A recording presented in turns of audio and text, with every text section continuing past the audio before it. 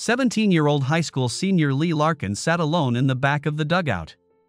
His teammates and coaches carefully avoided him and left Lee alone with his thoughts. The age-old superstition was on everyone's mind. Lee put on his helmet, picked up his bat, and headed out onto the court. He swung his bat to the beat of the opposing pitcher's warm-up. His bat whistled through the air. Unusually for a game of this magnitude, the crowd watched in eerie silence as Lee took his swing in what might be the last inning of the series. Prior to this game, the series was a non-event for Lee. He cheered on his teammates from the dugout, but he didn't get any playing time. Now they were playing in their third and final state championship game, and at times Lee felt curiously detached from what was happening. It seemed as if he were watching someone else. Lee's team, the Ferguson High School Wildcats, played the Amarillo High School Sandies. Technically the Golden Sandstorm, as Lee learned, though no one called them anything other than Sandy. It was a double elimination tournament, and they split the first two games. The winner of that game became the 6A state champion. Normally the game would be played at Arlington Stadium, where the Texas Rangers play, but because megapop star Tony Speed extended his concert in Dallas for 2 more nights, the game was played at Ferguson High School. Protests were filed, but the Rangers wouldn't budge. 2 extra nights of Tony Speed concerts for profit versus a high school baseball game? The decision left both teams in an unsuccessful search for a state championship stadium. For the first few games, Lee could hear people in the stands talking, but after the third game, there was silence in the stands. As the game went on, more and more people came out. The bleachers were filled to capacity, people lined up along the fences to watch the game. Lee looked around the stands, swinging his bat to relax his shoulder muscles before his practice swings. The nut weight on the end of the bat made a whistling sound as it split the air. It was the only sound on the baseball field as all eyes were on Lee in the circle on the court. Lee glanced around the bleachers once more, but he didn't see his mother or Barry's asshole. At least Sloan was there, sitting next to his parents. As long as Sloan was by his side, he could put up with a lot of life's shit. The beautiful purple-haired girl noticed Lee looking at her, smiled and waved him over. Love and pride for him radiated from her. Lee's gaze drifted beyond the center field fence, where he watched a lone figure standing with binoculars to his eyes. Lee knew that the observer would be exactly 501 yards away. Not an inch closer than 500 yards, and not an inch farther than 501. The restraining order was very clear and precise, and Lee had no doubt that either his mother or shithead Barry would call the police if the watcher violated the order. The game started just like any other playoff game, with the nerves and panic that one would expect from teenagers suddenly tasked with making big plays when the series was tied. Lee was dressed like every other Cats player, but he wasn't expected to play. He hadn't played all year. The Tommy John surgery he had undergone 11 months ago had healed, but Coach Borden continually refused to put Lee in the lineup. Time passed, his arm healed, and the tendon transplanted from his left leg grew stronger and more elastic. Lee's arm felt great, but he continued to sit on the bench. He would have missed that game, too, were it not for the fact that Steve Gilmer, the scheduled pitcher, broke his thumb in labor class. Coach Borden was angry and Steve was embarrassed. He told the coach that he could still pitch. The coach told Steve to sit out. He put Larkin in as the pitcher and ninth batter. Lee was going to pitch as a pitcher for the first time in a year. As the home team, the Cats took the field first and started the game in the bottom of the inning. As he did his warm-up serves, Lee felt an overwhelming calm descend upon him. The anger and embarrassment he'd felt so far had left him, and he suddenly felt lighter and more energetic than he had in weeks. Feelings toward his mother and toward shithead Barry no longer clouded his mind. He stepped off the rubber and looked beyond the center field fence to a lone figure standing far away from the field and the crowd. He pulled up his baseball cap in silent acknowledgement. Lee threw one last warm-up pitch, and then as the ball was thrown from Gary Neal to first base and then around the infield, he approached Gary, his best friend and catcher. "What's up, Al?" asked Gary. "My arm feels great today. I'm going to push it a little bit." Gary frowned. "Are you sure it's safe? Have you recovered enough?" Lee shrugged. "Guess we'll find out soon enough." Gary patted Lee on the back and trotted back to home plate to start the first inning. The first batter of the game entered the batter's box and got to his feet. Gary signed for a four-seam fastball, and his throw sounded like a rifle shot as it hit Gary's glove. Gary stared at Lee in shock. He barely had time to see the ball before it was in his glove. He turned to the pitch/FX display to check Lee's pitching speed. 95 miles per hour. He slowly turned in bewilderment to Lee, who shrugged. Coach Borden looked on with his mouth open, as did Coach Amarillo. Strike one. Gary again suggested using a four-seam fastball. Lee nodded and moved on to the curl. Called strike two. At 98 miles per hour. Gary arranged a time with the referee and walked onto the court. What the hell, Larkin? Where did they come from? I don't know, gee. My arm feels great, and all that stuff between mom and dad and asshole Barry seems to have slipped my mind. I think I can throw even faster than I can now. Dude, don't mess up your arm, Gary warned. Really, Lee replied. Lee's next pitch was his splitter, which the batter glanced at as he cut the corner of the plate, and strike three was recorded. The second batter fouled out on Lee's first pitch, which turned into a pop-up with a foul ball that Gary easily caught with a second out. The third batter fouled off Lee's first pitch, a split-finger fastball that broke unexpectedly short of the plate. Strike one. The batter watched Lee's second pitch, a changeup, cut the corner of the plate and was credited with strike two. Lee's third pitch was a four-beam fastball, at knee level, right down the center of the plate. The batter watched it fly by and the third strike was counted. 3 exits. 3 outs in a pitch count of 7. The Cats didn't fare much better in the bottom of the first inning than the Sandys did in their half of the inning. Gary Neal, the first batter, walked to lead off and then hit into a double play. The Cats' third player, shortstop Toby Hughes, hit a ball to right field to end the inning. The first half of the second inning was very similar to the previous one. Lee managed to distract himself from the turmoil going on in his personal life when the Sandys' clean hitter appeared in front of him. The batter fouled off Lee's first pitch, a slider. Lee fouled off a short dribbler, which he intercepted with one hand and easily threw the ball to first, managing to get the runner out. 1 way out. The second batter took 2 strikes and then awkwardly swung at Lee's four-seam fastball. 2 exits.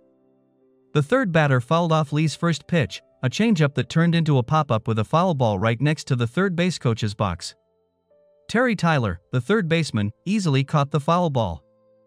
3 outs while totaling 12 pitches after an inning and a half.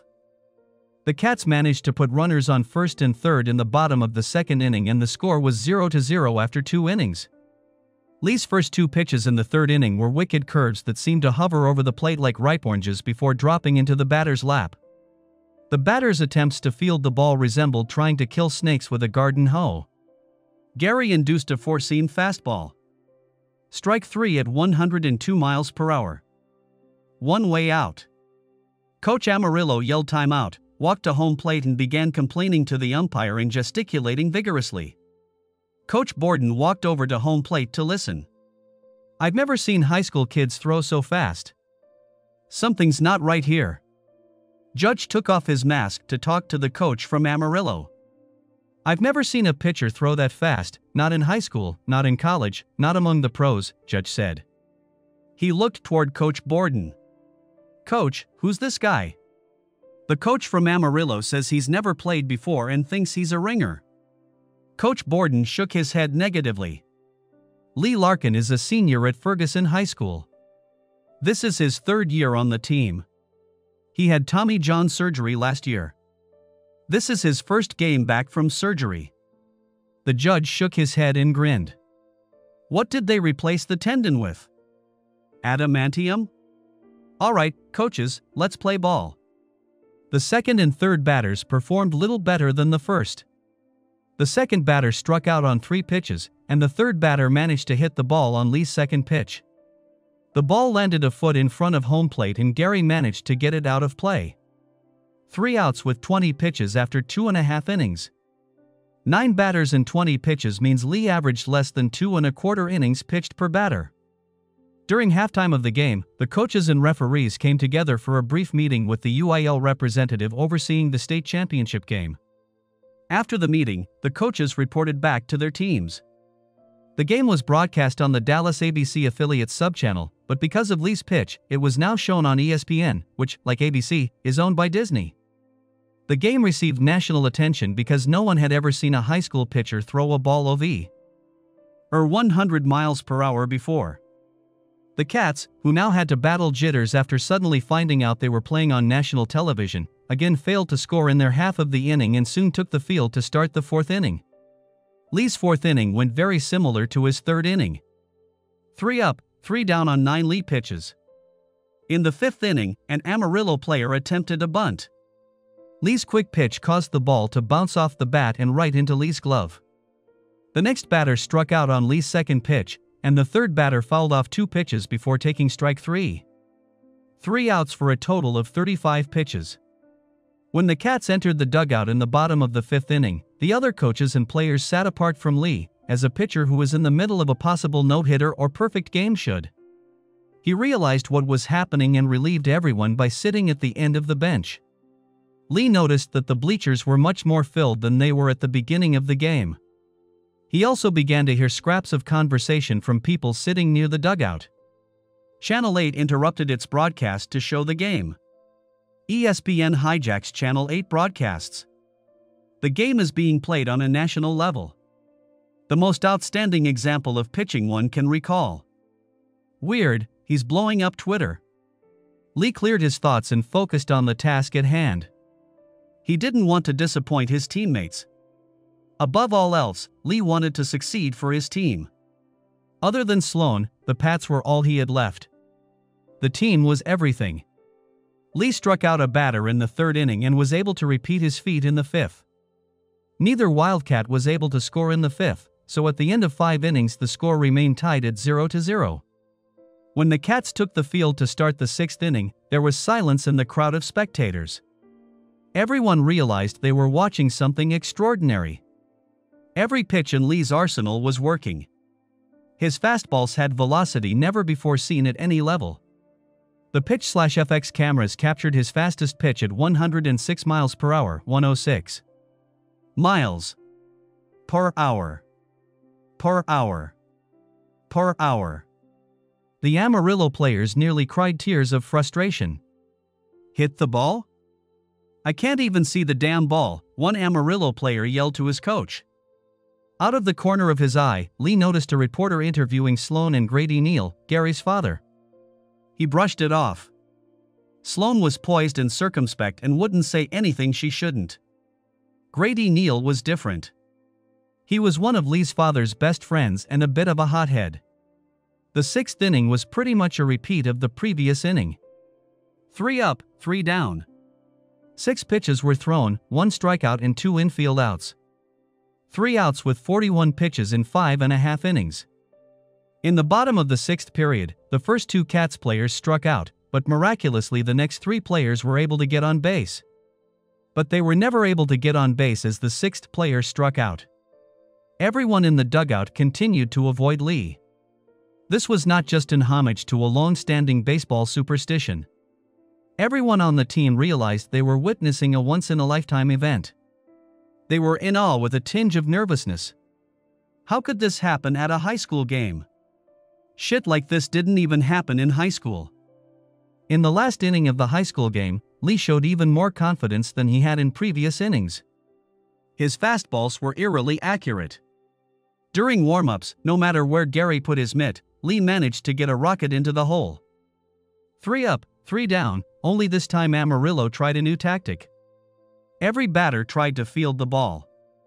They tried, because when you can't even see the ball fly, all you can do is turn to face the pitcher, hold the bat at waist level, and pray that you catch at least some of it.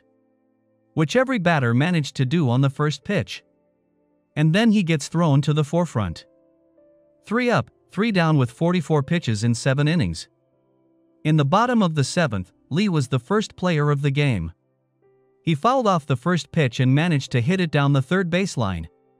The ball hit a rock or some other foreign object and bounced over the third baseman's glove, managing to stay fair for a base hit. The Wildcats' next player of the game was catcher Gary Neal.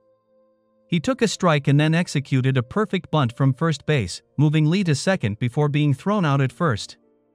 When the next batter came to the plate, Lee fielded the ball from second base, and as soon as the ball left the pitcher's hand, Lee raced to third base, sliding safely into the bag under the third baseman's glove thanks to the Amarillo catcher fouling the ball as he pulled it from his glove pocket. 1 out, 1 man on third. The next pitch was a fastball right down the middle of the infield, and the batter went for it, sending the ball to the right field corner where the right fielder had time to catch the ball at the warning line.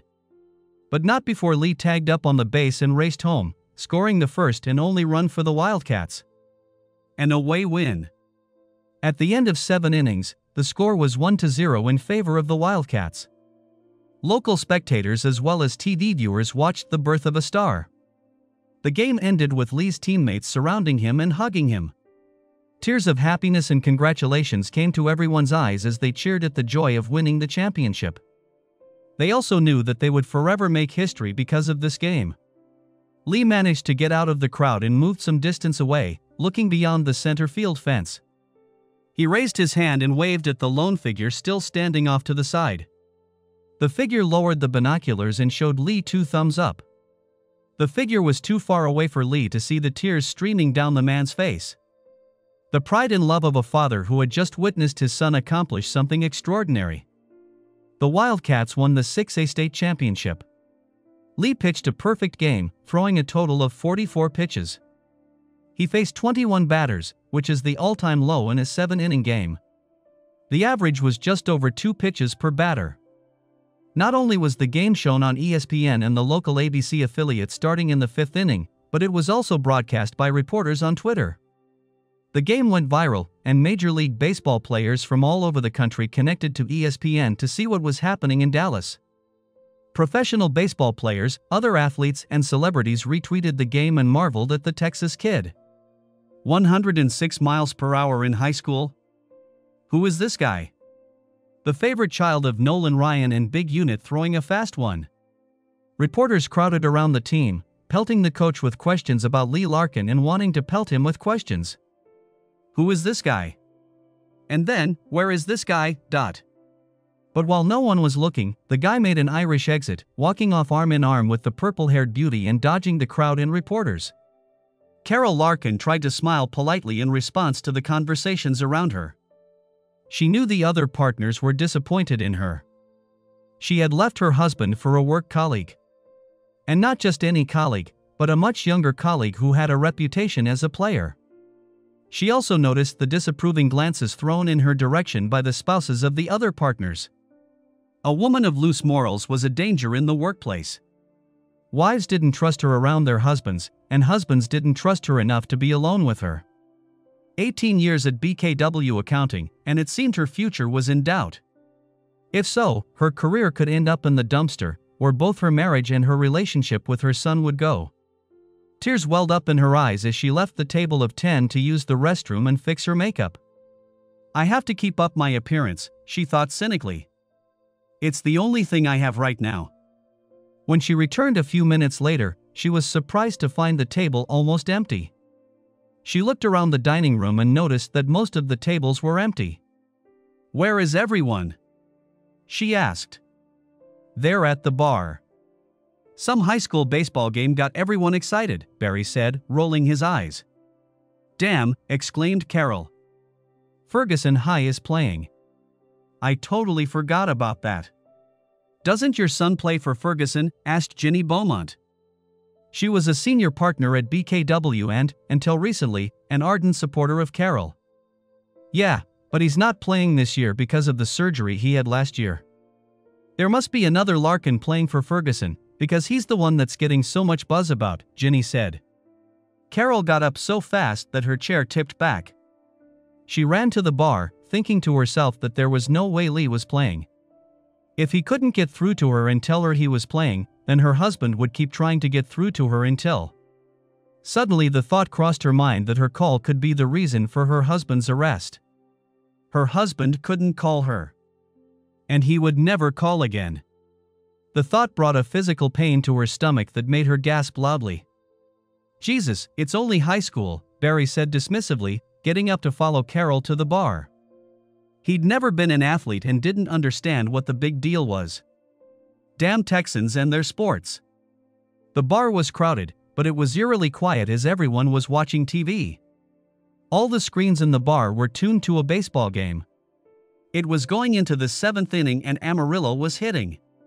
Carol recognized the way her lanky son was getting turned on. Everyone in the bar heard the ball hit the catcher's mitt, and the batter just stood there with a confused look on his face. An inset appeared on the screen, 106.2 miles per hour. The announcer commented, according to the Guinness Book of World Records, the fastest pitch ever recorded in the major leagues was made in 2010 by Aroldis Chapman at 105.8 miles per hour. Lee Larkin, a high school senior, just exceeded that figure by nearly half a mile per hour. And that's not even the fastest pitch he threw today. That pitch was made in the 5th inning and was clocked by pitch/FX at 106.7. Friends, we witnessed something extraordinary today. The 7th half of the visitors' game came to an end and the camera swept through the players, capturing Lee sitting alone in the dugout. The camera switched to a reporter who was standing next to Sloan and Grady Neal, Gary's father.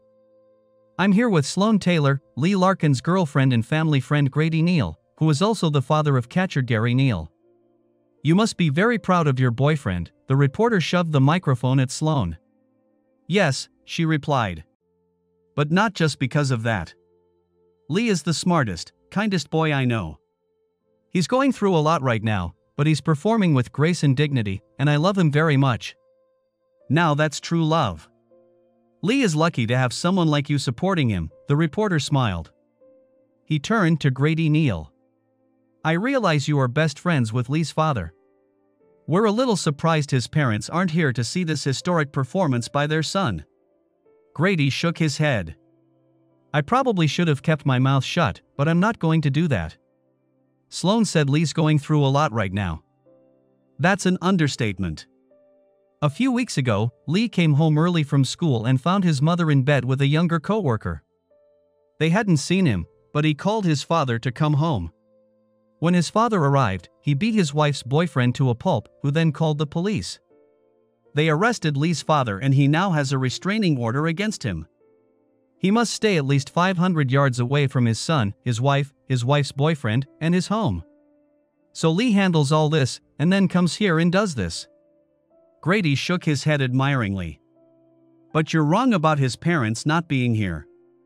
At least one of them is here. There's his father standing behind center field, watching from 500 yards away, as required by the restraining order." Carol felt physical pain. In the mirror above the bar, she saw the shame and humiliation written on her face. The directors, vice presidents, and their wives stealthily moved away from her, leaving Carol standing alone next to Barry. "That's bullshit," shouted Barry. "He didn't beat the shit out of me. He threw one lucky punch." Everyone in the bar turned toward them when they heard Barry's comment. Carol was having trouble breathing and thought she was about to pass out. Ginny took pity on her former protege and escorted her to the restroom. "Oh, Ginny, I've made such a mess of everything. I just want to die." That's all your son and husband need to deal with, a selfish cheater killing herself. You need to get over it and undo all the damage you've done to the people who love you. And if you don't, I'll buy you a gun and load the bullets in it myself. It was past midnight when Lee finally got home. He tried to be as quiet as possible when he opened the front door, because he didn't want to get into an argument with either his mother or Barry's asshole. He was surprised to find his mother sitting on the living room couch in her robe, clutching a napkin in her hand. Her eyes were red and she had been crying. On the coffee table in front of her was a glass of white wine next to a bottle. Great, Lee thought to himself. Mom of the year, whiny and drunk. Since he hadn't been able to slip past her, he tried not to notice Mom as he walked past her. "Hi, baby," she said. Lee paid no attention to his mother as he continued toward his bedroom. "Lee, please stop and talk to me. I don't want to argue with you and him today. I just want to go to my room and get some sleep. I heard you played tonight." "Yes." "You served." "Yes." Carol sighed. Her son was keeping her in suspense.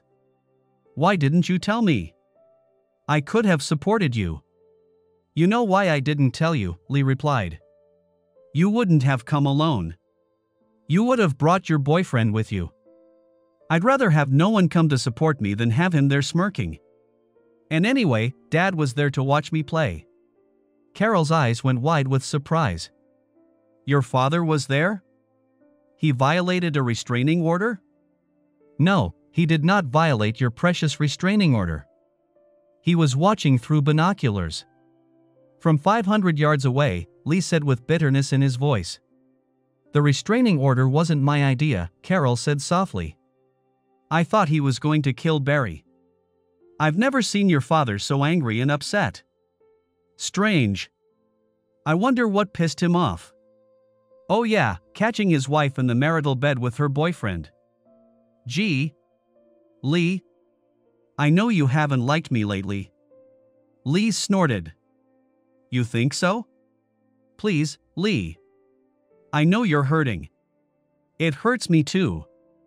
Are you in pain? Asked Lee with mock bewilderment.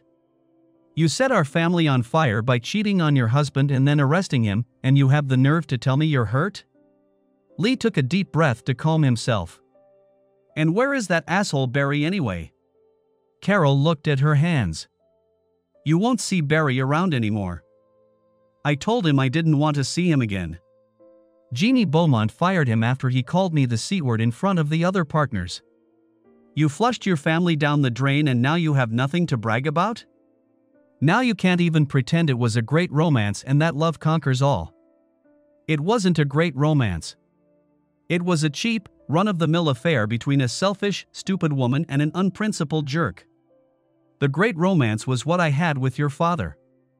The one I set on fire, Carol said, sobbing into her napkin.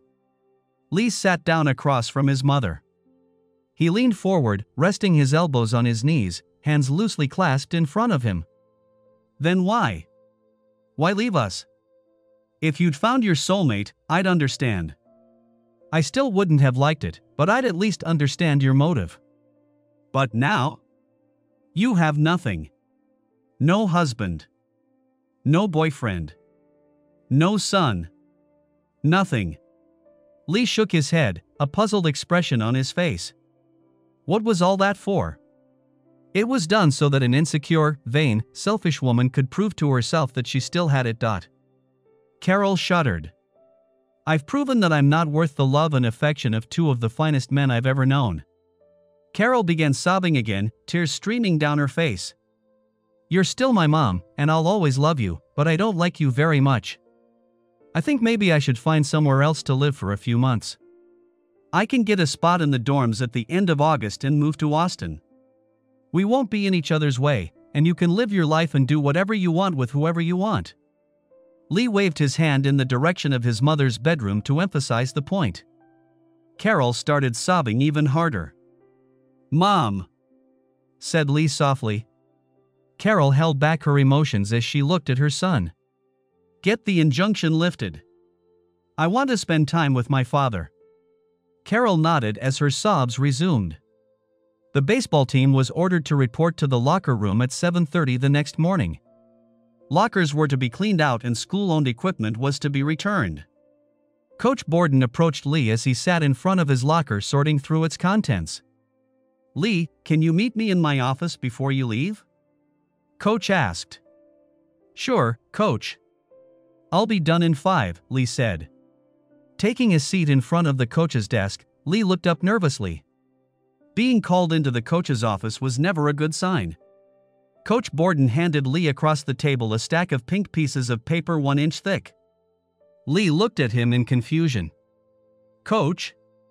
These are phone messages that were left on answering machines in the principal's office and the ADA's office. There would have been more, but all the answering machines were full. Every reporter, university athletic director and baseball coach in the country is trying to get through. No one here has ever seen anything like this. Your disappearance last night didn't help. ESPN wants to talk to you. Lee shrugged. I didn't have anything to say to them. I just wanted to get away from everything and relax with Sloan before I went home and ran into that BS. Lee, you're a good kid. One of the best I've ever coached. I realize you're going through some tough times at home right now. If there's anything I can do to help you, give me a call. I mean it. I also know you were upset about not getting playing time even though you thought you were ready. Some things are more important than winning. I wanted to make sure your hand would have enough time to heal, so even though you were ready a month ago, I kept you out. And I'm glad I did. God, Louise, son, what was that? I don't know, coach. My arm felt great last night. It did today, too. I feel like I could go 7 more innings right now. Coach Borden smiled. Well, let's not do that, okay? Ted Larkin sat at the small dining room table that furnished his 3-room apartment. It was time for the semi-annual evaluation of his direct reports, and it was the kind of job that couldn't be delegated to a subordinate. He had already finished his 3rd evaluation and got up to get a beer out of the refrigerator when the doorbell rang. Opening the door, Ted found his 17-year-old son standing there. Ted hugged his son tightly and took a step back. "You shouldn't be here, Lee," he said. "It's all right, Dad. The restraining order has been lifted." "Are you sure? This isn't a trick your mom and her boyfriend are playing to put me back in jail?" Never in a million years did Ted Larkin think he'd ask his wife that question. Just thinking about it took his breath away. It's not a trick. And the asshole is gone. Mom's finally come to her senses. Ted shook his head disappointedly. It's too little, too late. I'll never understand why she destroyed her marriage and her family for that jerk. I'm not sure she can give you a good answer to that question. I know she's been seeing a counselor every day for the last week. She's trying to figure it out for herself. She says you're the best man she's ever known and the best husband a woman could ever have. She just looks at me with a confused expression on her face when we talk about it. For the next 2 hours, Lee and his father chatted about everything that was going on in Lee's life. Before the baseball season started, Lee was accepted to the University of Texas at Austin. After receiving his undergraduate degree, Lee planned to go to medical school, so most of his subjects were science and math. His parents resigned themselves to helping him with college and medical school loans, but then something interesting happened. Lee, who had no plans to play sports in college, received an offer to play baseball for free at almost every college that had a baseball program. Some of them said they were willing to build a baseball program around him if he accepted. Of course, that wasn't possible, but a free trip to UT would allow him to start saving up for medical school. I will support whatever decision you make. If it were soccer, I'd say, no, don't take any chances with CTE. But baseball? That's a different matter. What's your mom going to say? Same as you, it's my choice. I think I'll tell UT I'm interested. There was a pause as Ted cleared his throat. Other than counseling, how is she feeling? Not really. She was served with divorce papers a couple days ago. When I got home, she was curled up on your side of the bed. She was clutching your wedding portrait to her chest and crying really hard. Damn her, said Ted with annoyance. Damn her for what she did. The city of Ferguson hosted a parade in honor of the hometown baseball team that marched through downtown and ended at Ferguson City Park. The high school marching band entertained the crowd as they waited for the speeches to begin. Members of the baseball team and coaching staff sat in rows on a temporary stage while various speakers and sponsors told the crowd how proud Ferguson was of its baseball team and how the speaker and his organization or business sponsored and supported the team. The mayor of Ferguson introduced each sponsor, who was allotted 2 minutes each to speak. The last to speak was a representative from BKW Accounting Services. As the attractive 47-year-old blonde from BKW walked up the stage steps to the microphone, she was met by a chorus of booing from the crowd. Carol pleaded with the senior partners to allow her to perform in front of the assembled baseball fans. To take the first steps toward righting all the wrongs she had caused. Carol Larkin stood quietly but resolutely as the crowd shouted at her. She stared at the stage, tears rolling down her cheeks. Eventually the booing and name-calling subsided and Carol was able to clear her throat and begin her speech. I have asked my employer to allow me to speak to you today. We at BKW are very proud of the Ferguson baseball team and are proud to sponsor it. As many of you probably know, my son is Lee Larkin, who pitched in Game 3 of the championship series. At the mention of Lee's name, the crowd murmured approvingly. After a moment, the applause died down. I didn't attend the game. I should have been at that game with my husband and cheering for our son, but I wasn't. I don't know what makes me a failure, mother, wife, or both. But I failed my son. I failed his father, my husband. I failed my employer. I didn't respect my husband or my son, and I'm ashamed of that. Carol turned to her son. Lee, I'm so sorry. I hope someday you will forgive me. I understand if you don't, and it will bring me unbearable sadness, but that sadness I will bring upon myself. Carol lowered her gaze from the stage to the crowd, searching her future ex-husband's face with her eyes. Ted, I'm so sorry. I'm so sorry and ashamed in ways you'll never know.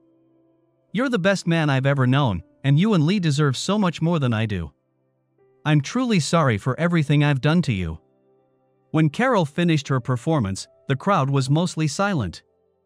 There were a few desperate cries as she left the stage, but mostly the crowd was silent. Ted didn't look at Carol once as she spoke. Lee and Sloan were walking hand in hand, with Ted walking beside them, when they met Carol walking along the sidewalk framing the park. Thank you for saying that, Lee said. I'm serious, Carol said. I can never apologize for ruining our family. There were tears in her eyes. Anyway, what do you three do? Carol said. She smiled as bravely as she could. Sloane's going out with her parents, and Dad and I are going to Esparza's for Mexican food, Lee said. What about you?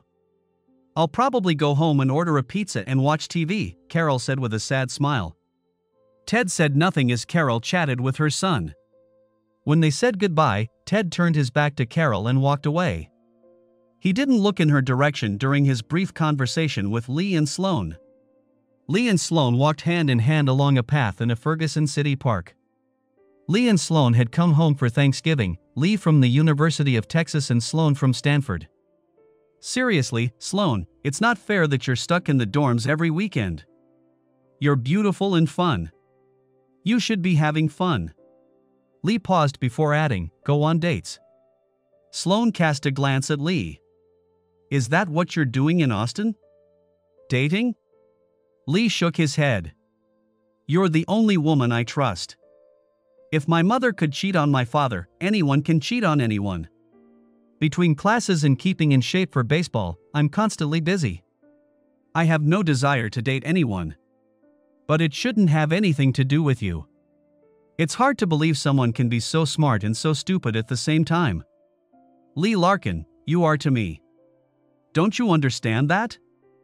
There is no one else and there never will be. I'll get my engineering degree at Stanford, and you'll go to medical school. We'll see each other as often as we can, and when we graduate, we'll get married and have kids. It's our destiny. So shut up about dating other guys. You're starting to annoy me. Lee's lips curved in a smile. Yes, ma'am. I'll shut up.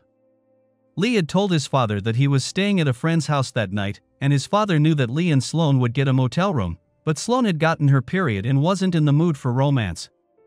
Upon entering his father's apartment, Lee noticed a fire in the fireplace and 2 wine glasses. Lee had already started backing toward the door when a naked blonde woman came out of his father's bedroom carrying a bottle of wine.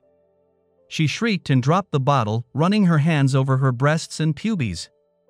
At the scream, Lee's father came out of the bedroom, shirtless, wearing only jeans. The blonde ran back into the bedroom. I see you two have met, Ted said dryly. I have a few questions, Lee said. Question 1, who? Question 2, for how long? Question 3, is it serious? The blonde walked out of Ted's bedroom, buttoning one of his shirts. Lee, I'd like you to meet Lisa Landry. She's the vice president of human resources at our company. We've been dating for a couple weeks now. Is it serious? It's just the beginning. Mostly we're just having fun getting to know each other. Lisa smiled and nodded her head. I like your father, but I've been through a couple nasty divorces and I'm not going to make that mistake again." Ted smiled at her, wrapping his arms around her waist and pulling the pretty blonde against him. You never know what surprises life will throw your way. Lee and Sloane kept their relationship as long distance as they could. Neither of them dated anyone else, and they rarely went to parties. They studied and texted frequently on FaceTime. When they were alone in their dorm rooms, they undressed and masturbated on each other. Lee loved to look at naked Sloane, and Sloane, in turn, would get excited at the sight of Lee's cock. Their college education continued. Lee played baseball for the Longhorns, and Sloane focused on earning an engineering degree, although she played volleyball at Stanford. The Longhorns were stagnant for the first 3 years Lee played for them. The first 2 years they had no clubs, and the third year they had hitters, but the pitching sucked. It wasn't until Lee's senior year that all the pieces of the puzzle came together. Lee stood on the pitcher's mound and kneaded his shoulder to relax. 4 years ago he had been in the same position, only back then he had been a high school senior playing for a state championship. Now he was a college senior competing in the College World Series. So many similarities. So many differences. 60 feet 6 inches from rubber surface to home plate. Like a middle school. 9 players on each team. Just like in middle school. Same size baseballs. Same aluminum bats. But it was faster. And harder. And longer. In a 7-inning state championship game in high school, the other team was terrified of his pitching. In 9-inning college games, not so much. They respected his pitching, but no one feared it. He had a few no-hitters and 3 perfect games in his college career leading up to the CWS. His first 2 years in college his team had pitchers but no players. His third year, he was the only decent pitcher, but they finally had players. This year, his senior year, they had everything. Both hitters and pitchers, and the Longhorns dominated. After that game, Lee was done with baseball at UT. He signed a contract with the Texas Rangers Baseball Club for $100 million, and the contract required them to work around his medical school at UT Southwestern in Dallas. Lee was going to take some of his money and buy a couple acres of land in Ferguson to build and equip a sports medicine clinic after he finished medical school and residency. He was also going to buy a couple acres of land outside of Ferguson to build a home for Sloane. Sloane. Their love grew even stronger. Sloane spent all her weekends studying.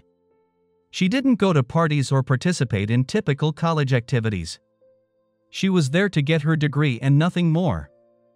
From Sloane's perspective, it was very simple. Her boyfriend was tall, handsome, kind, and fun. He was destined to become one of the greatest baseball players of all time, as well as a doctor. No one could compete with Lee. Why would she jeopardize her future for a fling with a frat boy? It didn't make any sense. Carol Larkin's experience served as a stark reminder that a marriage can go off the rails for the most insignificant reason. Not because of her. Never. No, Sloane was in a good place. She'll be waiting for Lee. As the batter entered the batter's box, Lee focused on the task at hand. Lee did a backspin and released the ball, a splitter that was called strike one. Batter turned to face Lee and raised his hand in a loose fist, pressing his fingers against his chest. He moved his fist up and down in a gesture Lee would call a dismissive jerking gesture. Lee's catcher clenched his hand into a fist and extended his middle finger, pointing downward. The sign for "fuck this guy." Lee took the baseball at the seams and began to turn it around. Lee sent the ball exactly where the catcher put his mitt, along the inside of the plate, into the batter's groin, who bounced back and landed on his ass to the laughter of the crowd. First ball. All right. Lee threw 2 more pitches. The last pitch the batter looked on helplessly as it flew over the plate half a second after the batter's swing. 3 up, 3 down. All the way to the championship ring.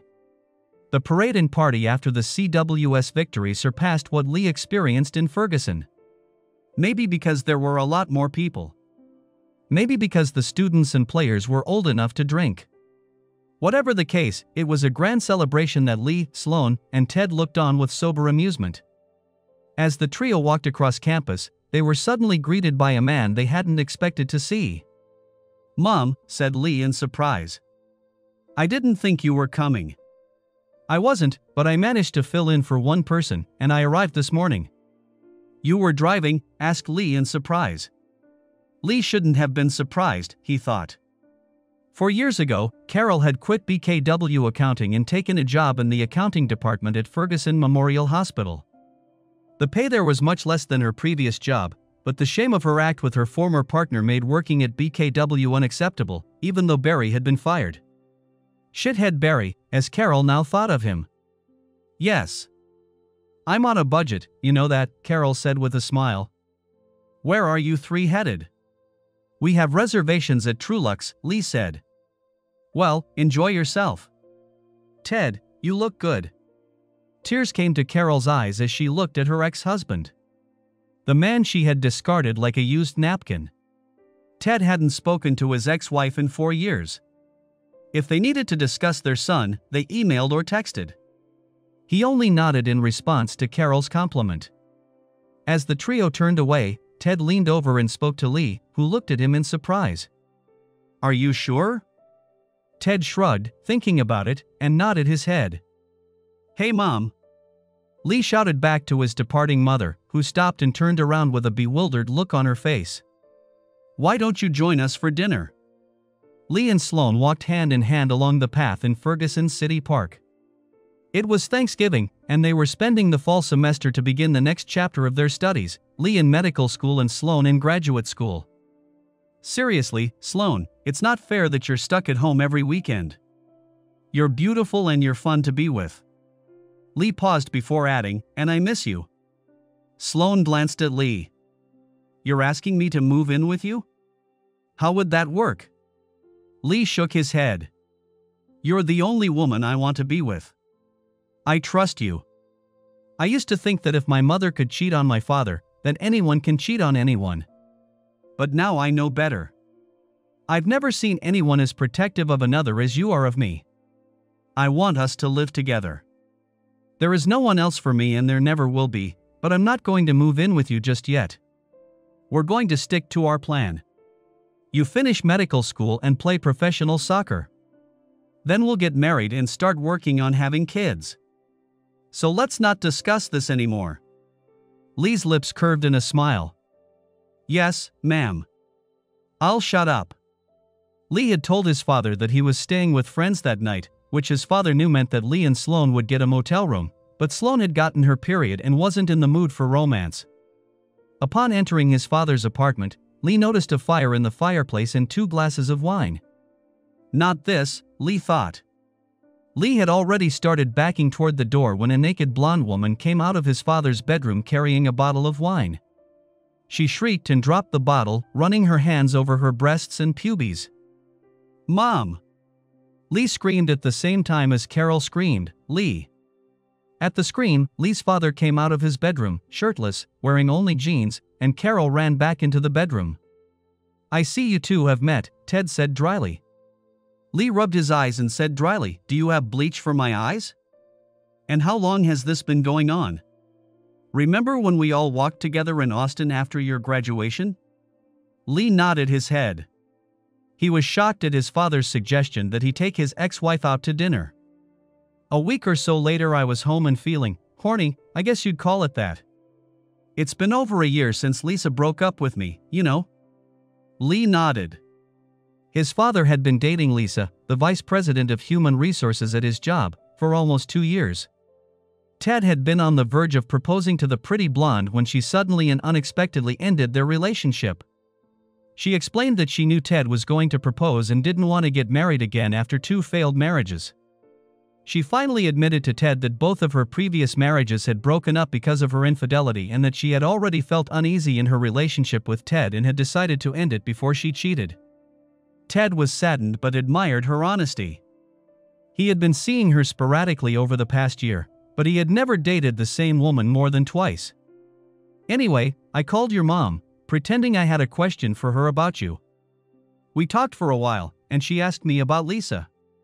When Carol learned from Lee that her ex-husband was in a long-term relationship and that it had grown serious, she was devastated. She realized that she had only herself to blame, but that didn't lessen her devastation. She wished her ex-husband only the best and hoped that Lisa would be a better partner for him than she had been herself. When I explained that Lisa and I were over, your mom asked if I wanted to come over for a couple hours. I laughed and told her, no thanks. I could see that hurt her. Anyway, a couple hours later I was already ringing her doorbell. Ted smiled at his memories. Gee, Dad, I don't know if you meant metaphor, but it's still TMI. Lee shook his head disapprovingly. Carol returned to the living room, wearing one of Ted's dress shirts. And he's been ringing my bell a couple times a week ever since, she said, smiling at her son's discomfort. So, you two are back together again? Friends? A situational alliance, asked Lee with a slight hint of anger in his voice. He remembered well the misery his mother had put his father through. Carol shook her head. No, your father will never fully trust me again, and I can't blame him. I will accept whatever part of him he is willing to give me, and I will be available to him whenever he wants me. I have not dated anyone since our divorce and I have no intention of dating anyone but your father. Your father is free to see me as often as he wants. The only thing I ask of him is that he use protection with other women. Lee shook his head in bewilderment. You're in a one-sided open marriage? This went against everything he believed in. Ted nodded his head at Lee's question. Yes. But I haven't met anyone. Your mom's very focused on. Wear me down, Lee said with a slight chuckle.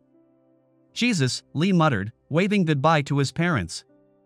Lee did well on the MCAT exam, but it wasn't just his MCAT scores that made him a candidate for admission to UT Southwestern Medical School. The fact that he was the world's most famous rookie professional baseball player and had just helped UT win the College World Series made him a candidate for admission. There were some doubts about Lee playing professional baseball while attending medical school, but Lee's contract with the Rangers obligated them to get him home as soon as possible, including renting an airplane if necessary. The contract also obligated the team to give him study time and accompany him on trips with a tutor. The tutor's expenses were paid by Lee, but the team's travel department had to make all arrangements, as they would with any Rangers employee who had to travel with the team. This state of affairs suited Lee just fine, and his success in medical school did not interfere, although Lee was often left without energy. Sloan is currently in the School of Behavioral and Brain Sciences at the University of Texas at Dallas and is working on her master's thesis in applied cognitive and neuroscience, with plans to pursue doctoral studies and then become a research scientist. Being around each other made Sloan and Lee change their plans a bit. Instead of waiting, they got married before Lee graduated from medical school. It was a small ceremony attended by Sloan's family, Lee's parents, and a few relatives and friends. Lee's best man was his friend and former catcher Gary Neal. Gary's father was somewhat wary of attending the ceremony because of his public exposure of Carol Rakin's infidelity. It didn't make any difference to Carol. Yes, she had been publicly exposed, but it helped her break out of the fog she was in. She held no grudge against Grady Neal and was glad that Ted's best friend would be attending Lee's wedding. After their honeymoon in Hawaii, Lee went on to medical school and Sloan went on to graduate school. They had a few months of school and then vacation, after which Lee was to head to Rangers spring training in Surprise, Arizona. He would take a break from school and then start classes again in the fall semester. It would take longer to study, but Lee believed he could complete his studies and be ready to enter residency by the time his contract ended. He didn't plan to renew it or play beyond that point. Spring training consisted of drills and drills and drills and then drills and drills. Lee worked with a pitching coach, but the coach had little to teach him. His mechanics were fine-tuned and his velocity only increased with age. His fastball was regularly recorded in the 112 to 115 miles per hour range, and his fastest pitch was recorded at 118.2 miles per hour. The Rangers, with a strong pitching staff and a deep bench, under Lee's leadership, defeated the Astros to win the American League West and then defeated the Orioles to win the American League Championship Series, which meant the Rangers would meet the Phillies in the World Series. The series began on a beautiful Philadelphia evening. The weather was mild, no wind, and the stands were filled to capacity. Even casual baseball fans were glued to their televisions that night for one reason: Lee Larkin was to be the starting pitcher. In his first season in professional baseball, Lee had 4 no-hitters, 2 of which were perfect. There are not enough superlatives and adjectives in the English language to convey the uniqueness and magnitude of what Lee accomplished in his first year. In the first game of the series, the Texans won 4-0. Lee pitched the entire game and threw 72 pitches. In the second game of the series, the Rangers won 3-2 in 11 innings. Lee was not present at the game, flying on a chartered plane back to Dallas immediately after the end of the first game. He had classes to attend. Game 3 of the series took place 3 days after Game 2, allowing the teams to travel to Dallas for the next 3 games in a best-of-7 showdown. The Rangers lost Game 3 by a resounding 11-1 score, with neither pitchers nor hitters able to get the job done. The Rangers came into Game 4 leading the series 2-1, which they pushed to 3-1 thanks to their hitting, not weak pitching. The bench once again failed to get things going. Game 5 will be the last game if the Rangers win, otherwise they will return to Philadelphia for the final 2 games. Lee Larkin was announced as the starting pitcher. Over the first 6 innings, Lee gave up a total of 18 hits. The Rangers' bats were finally able to get the win, and the Rangers led 3-0. When Lee threw the last warm-up pitch in the top of the inning, he took a step back to realize everything that was happening. He knew with absolute certainty that the Rangers would win the World Series in a little while, and he wanted to celebrate while he had the chance, but he had class in the morning, so he wouldn't be celebrating like the rest of the team. Lee looked over to the section reserved for the players' families and saw his father sitting alone. Lee pulled the brim of his baseball cap in a silent acknowledgement to his father, who responded with 2 thumbs up. While Lee watched, his father stood up and moved to the aisle to let 2 women pass. The first was a slender purple-haired beauty cradling an infant to her chest. The second woman was a pretty blonde, considerably older than the purple-haired one. She, too, was cradling an infant. It was not only a coincidence, but a shock to Lee to learn that he would become a big brother, on the same day that he informed his parents that they would become grandparents. Ted and Carol did not remarry, but maintained a relationship that was much closer than just friendship. They never dated anyone but each other and were completely monogamous. They each had their own apartment, and most often, but not always, they slept in the same bed. Every once in a while Ted would trigger, sink into darkness and want nothing to do with Carol. It frustrated her, but it was a consequence of her earlier actions. She knew that although Ted loved her, he no longer loved her as much as he once did, and she would never have the blind trust she once enjoyed. The birth of the baby was an unplanned accident that caused Carol to have an anxiety attack. In a panic, she told Ted that she hadn't slept with anyone and was willing to take a DNA test or terminate the pregnancy if he so desired. Ted did demand that Carol take the test, and a non-invasive prenatal blood test for paternity revealed that Ted was indeed the father. Carol left it up to him to decide whether to have the baby or fly out of state to have an abortion.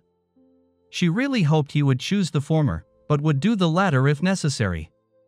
Once paternity was established, Ted had no doubt that they would have a child. The only concern was that Carol's 44 years of age would adversely affect the child's health. Testing and close monitoring of the baby revealed no health problems, and 3 weeks after Lee Larkin, Jr. was born to Lee and Sloan, Liam Larkin was born to Ted and Carol. Carol was not amused by the nickname Lee had given his brother. Lil bastard, indeed. As Lee watched both women take their seats, Sloan waved his hand and he tapped his finger twice on the area above his heart, once in honor of his wife and once in honor of his son. When the catcher tossed Lee a baseball for the first pitch of the inning, he stepped on the rubber with his right foot and nodded in response to the signal the catcher gave him. It doesn't matter what the pitch is, they're not going to hit it anyway, Lee thought as he started warming up. Epilogue. 15 years later. Dustin's dust bag. Dustin Draper. Sports columnist. Special to the Dallas Herald-Observer. I met an old friend last night at Esparza's Mexican restaurant in Grapevine. Doc Larkin and his family were dining and enjoying the Christmas decorations in downtown Grapevine, aka the Christmas capital of Texas. Let me tell you, Doc looked great. He looked like he could still get on the court and pitch a no-hitter. It's hard to believe it's been 15 years since that November night when Doc pitched a perfect game against the Phillies and won the World Series. It's even harder to believe it's been 9 years since he retired from baseball. Are there many people who would turn down a $500 million contract? I know one. Doc Larkin's sports medicine clinic in Ferguson has expanded twice and is considered one of the best in the country. More Tommy John surgeries are performed here than any other hospital in the world, and thanks to the research of Doc's wife, Dr. Sloan Larkin, the clinic is also at the forefront of research and treatment of CTE injuries, concussions, and traumatic brain injuries. Doc was out with his wife and 3 kids, as well as Doc's mother, father, and younger brother, whose name is Liam, but Doc calls him LB for some reason. I know there's some story behind it because every time he called his brother that, Doc's mother would roll her eyes and give Doc an angry look, then smile at her youngest son. Anyway, Doc and his family were celebrating his parents' 5th wedding anniversary. Yes, you read that right, 5th, with a 37-year-old son and a 15-year-old son. And don't you know there's a whole story to be told about that? Establishing the truth. Doctors who perform ulnar collateral ligament (UCL) repair surgery, more commonly known as Tommy John surgery, unanimously agree that the procedure does not improve performance or allow the person who has undergone the surgery to throw harder or faster than before the surgery. And yet, there is anecdotal evidence that the surgery helps pitchers so much that some baseball players are requesting the surgery on healthy UCLs. There have been no successful applications of adamantium in Tommy John surgery or other sports medicine procedures, although trials with promising results are rumored to be underway at a specialty clinic located at 1407 Graymalkin Lane, Salem Center, Westchester County, New York.